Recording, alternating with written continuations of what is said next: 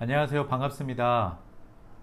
6월 9일 매일 묵상 함께 나누도록 할 건데요. 신명기 29장 1절에서 9절 말씀입니다. 오늘 이 전체적인 말씀을 읽으면서 한 역사학자, 여러 역사학자들이 하는 이야기가 생각이 났습니다. 역사를 기억하지 못하고 역사를 잊어버린 민족에게는 미래가 없다라는 이야기를 자주 하는데요. 그래서 역사의 중요성에 대해서 이야기를 합니다. 신명기는 전체적으로 바로 이런 이스라엘 백성들의 광야의 40년 출애굽의 역사를 다시금 회상하면서 하나님의 살아계심, 하나님의 택하심, 하나님의 보호하심을 강조하고 있는 책이면서도 오늘 특별히 29장 1절에서 9절 말씀은 그 내용의 핵심을 다시 한 번 더 강조하고 있습니다. 제가 오늘 4절 말씀, 5절 말씀, 6절 말씀을 한번 읽을 건데요. 먼저 4절 말씀을 읽어보도록 하겠습니다. 그러나 깨닫는 마음과 보는 눈과 듣는 귀는 오늘까지 여호와께서 너희에게 주지 아니하셨느니라.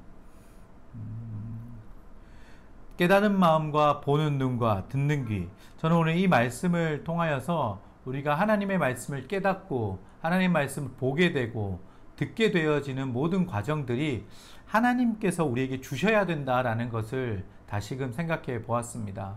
하나님이 저희에게 주시지 않는다면 저희는 말씀을 깨달을 수도 없고 볼 수도 없고 들을 수도 없는 것입니다. 실질적인 우리가 행위를 하고 그것들을 보거나 듣거나 느끼는 것들은 우리의 본능적인 감각들일 것입니다. 하지만 우리가 이것들을 한 차원 더 들어가서 신앙적으로 살펴볼 때는 우리가 이렇게 말씀을 깨닫게 되고 그리고 보게 되고 듣게 되는 그 모든 행위들 안에서의 과정들은 하나님의 개입하심이 있다라는 것입니다.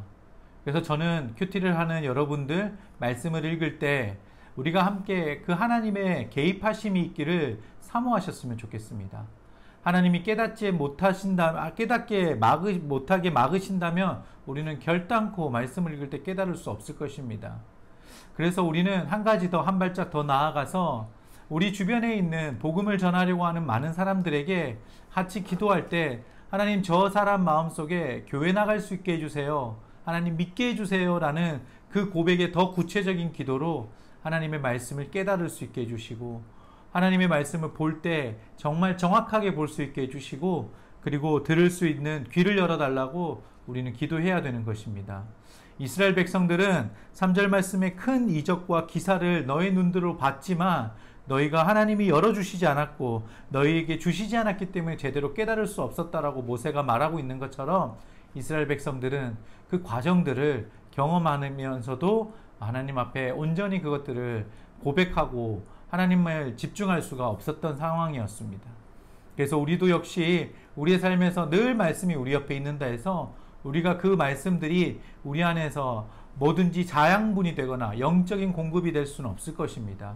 그래서 우리는 분명히 하나님의 성령님을 의지하면서 깨닫게 해주시고 듣게 해주시고 보게 해달라는 우리의 간절한 기도가 덧붙여지고 하나님의 개입하심이 있어야 될 것입니다.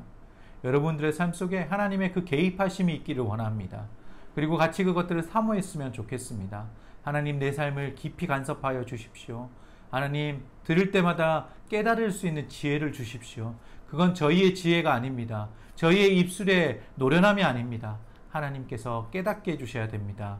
이렇게 기도하셨으면 좋겠습니다. 이어지는 5절 말씀 읽어보겠습니다.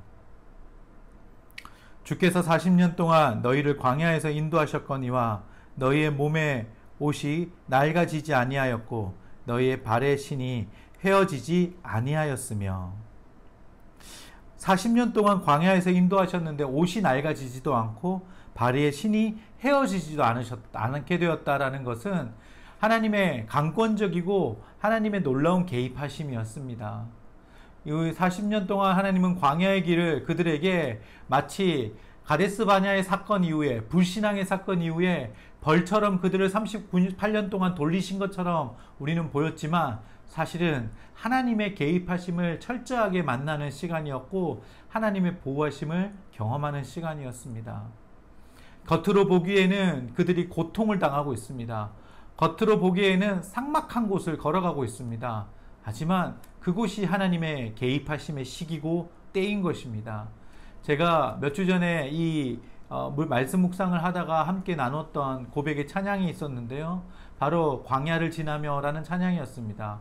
오늘 다시 한 번 더 말씀을 드리는데요. 그 찬양의 후렴 부분에 광야를 지날 때 하나님을 만나고 그 광야에서 하나님의 동행하심을 경험하게 되고 다른 것 보지 않고 오직 주만 의지하게 되는 시간이다라는 찬양의 고백이 있습니다. 오늘 5절 말씀에도 동일하게 하나님의 보호하심을 끝까지 경험하는 자리가 그 광야의 시간이었습니다. 하나님이 모든 것을 책임져 주시는 자리가 광야의 시간이었습니다. 왜일까요? 다른 걸 의지할 수가 없거든요. 오늘 말씀을 묵상을 같이 나누면서 여러분의 삶에 풀리지 않는 문제들이 있습니까? 고난과 고통의 시간이고 삭막한 하루하루를 보내고 계십니까? 여러분, 그 시간이 하나님이 개입하시고 하나님이 책임져 주시는 시간입니다. 하나님께 매달리십시오. 하나님께 구하십시오. 하나님께서 헤어지지도 그리고 또 하나님께서 낡아지지도 않는 은혜를 여러분들에게 보여주시고 지금 경험케 하실 것입니다. 6절 말씀을 마지막 읽어보겠습니다. 너희에게 떡도 먹지 못하며 포도주나 독주를 마시지 못하게 하셨음은 주는 너희의 하나님 여호와신 줄을 알게 하려 하심이라. 오늘 매일 묵상을 마무리하면서 여러분들한테 축복드리고 싶습니다. 여러분 삶에서 하나님께서 여러분의 삶에 약속하시고 그리고 또 뿐만 아니라 하나님이 보여주시겠다라고 허락하신 모든 것들이 하나님을 알게 하는 과정 속에서 모든 것들이 이루어지기를 축복드립니다. 모든 우리의 일련의 사건들과 하나님의 개입하심, 하나님의 축복, 때로는 하나님의 시험들이 우리의 삶에서 결과적으로는 한 가지의 답, 바로 너희의 하나님 여호와신 줄을 알게 하려 하심이다 라는 것입니다. 우리의 삶에서 다른 것이 목적이 될 수가 없습니다. 온전히 하나님 여호와심을 알게 하는 삶이 우리 안에서 나타나기를 원합니다.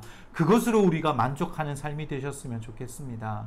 내 삶에 하나님이 개입하심으로 의복이 헤어지지도 낡아지지도 않고 그리고 또 우리가 하나님의 역사하심을 보게끔 되고 하는 것들도 놀라운 축복이지만 사실은 진짜로 우리가 기대하고 목적으로 삼아야 될 것은 우리의 삶에 하나님 여호와신 줄 알게 하는 하나님의 그 놀라운 나타나심, 고백을 우리가 목적 삼고 살아가는 우리 모두 성도가 되셨으면 좋겠습니다. 그러하기에 하나님의 약속이 마지막 9절 말씀에 기록이 되어져 있습니다. 그런즉 너희는 이 언약의 말씀을 지켜 행하라. 그리하면 너희가 하는 모든 일이 형통하리라.